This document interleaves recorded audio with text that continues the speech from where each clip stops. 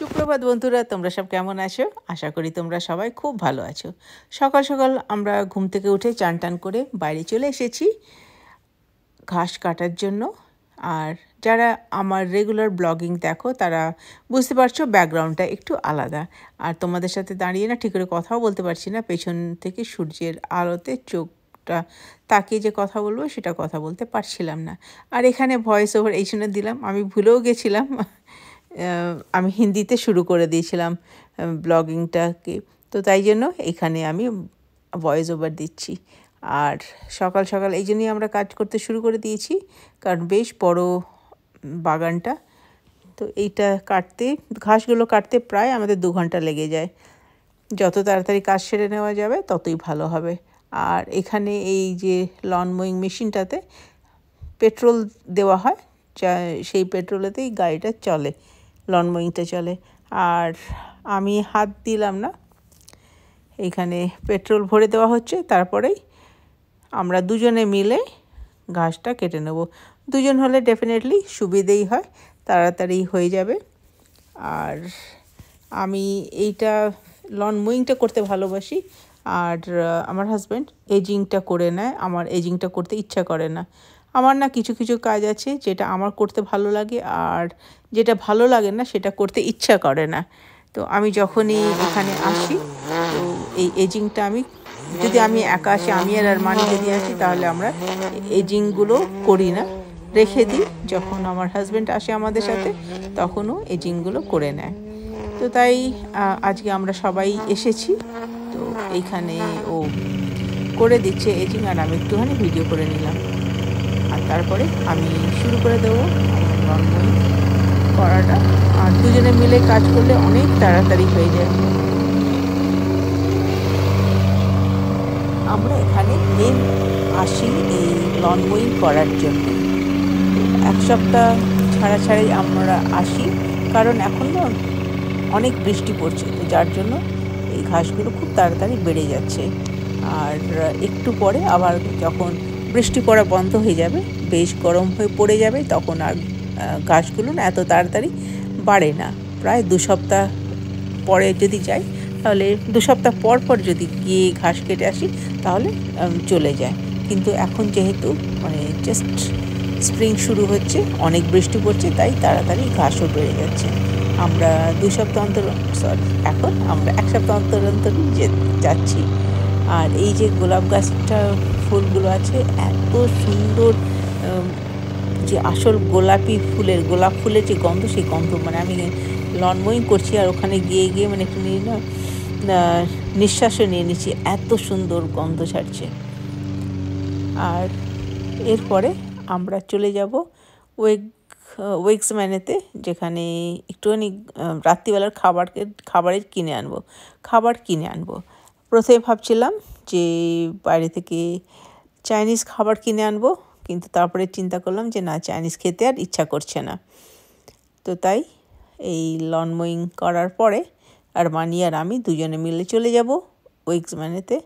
আর রেনেকেও জিজ্ঞেস করলাম যে ওর কিছু গ্রোসারি লাগবে কি না। মাঝে মাঝে হয় না যে হয়তো ডিম শেষ হয়ে গেছে, বা দুধ শেষ হয়ে গেছে, বা পেঁয়াজ বা আলু শেষ হয়ে গেছে। তো ওকে জিজ্ঞেস করছিলাম যে ওর যদি কিছু লাগবে। ও বলেছে লাগবে না। আমরা যখন এখানে থাকতাম তখন ও যখন গ্রোসারি করতে যেত, তখন আমাকে জিজ্ঞেস করে নিত যে আমার কিছু গ্রোসারি লাগবে কি না, এরকমই জিনিস, যে দুধগুলো লাগবে কি না। আর তো তাই এখন আমরা বেরিয়ে পড়ব গ্রোসারি করার জন্য। কিচ্ছু কেনার নেই আমার, খালি কি যেন শ্রিম আর চিকেন আর আলু ভাজা কিনে আনলেই হয়ে যাবে। রাত্রিবেলা বেশি হেভি খাবার নেই। তো চলো দেখো কি গ্রোসারি করি। আমার এই ওয়েক্সম্যানটা খুব ভালো লাগে, কিন্তু আরেকটা দোকান ছিল প্রাইস চপার, সেইটাতে আমার ভীষণ ভালো লাগতো। আর লাস্ট উইকেতে যখন আমরা এখানে এসেছিলাম, সেই দোকানটা দেখি যে বন্ধ হয়ে গেছে। আমার এত খারাপ লেগেছে কি বলবো। ওখান থেকে খুব ভালো লবস্টার পাওয়া যেত, আর ল্যামও পাওয়া যেত। আমরা চলে এসেছি ওয়েক্সম্যানতে। আর দেখো এখানে যে এই বার্গার আর কর্ন আর এইটা যে আছে, আর তার সাথে এটা বিয়ারটা মানে সমস্ত আর্টিফিশিয়াল, কিন্তু দেখো কি সুন্দর বানানো, একদম অরিজিনাল লাগছিল। তাই আমি টাচ করে করেও দেখলাম যে অরিজিনাল নয়। অরিজিনাল হলে এতক্ষণ এত ফ্রেশ থাকে না, এরকম এত ফ্রেশ কী করে আছে। তখনই বুঝলাম যে এটা আর্টিফিশিয়াল। আর এইখানটায় এই দোকানেতে যখনই আসি আমার এই ফ্লাওয়ারের সেকশনটা এত ভালো লাগে। এখানে এত সুন্দর আর ফ্রেশ সমস্ত ফ্লাওয়ার্স রাখা থাকে, প্রচণ্ড ভালো লাগে দেখতে। খুবই কম আমি কিনি, যখন সাই সেন্টারেতে যাই মাঝে মাঝে সাই বাবার জন্য কিনে আনি, আর উইন্টারেতে মাঝে মাঝে আমি ঠাকুরকে দেবো বলে তখন কিনে আনি। আমি জানি না, মানে ফ্রেশ ফ্লাওয়ার না চোখেই আমার দেখতে ভালো লাগে, আমার না কিনতে ইচ্ছা করে না। আর দেখো অল্প কিছু কেনার ছিল, কিন্তু অনেক কিছু কিনে নিয়ে চলে এসেছি। এইখানে আছে প্রি কুকড চিকেন উইংস, আর এইগুলো আম দেখে আম কিনে নিলাম। তারপরে দেখো কত জিনিসপত্র হয়ে গেছে, কিন্তু মানে এগুলো আবার বয়ে নিয়ে যেতে হবে বাফালোতে, সেইটাই একটু নিয়ে অসুবিধা।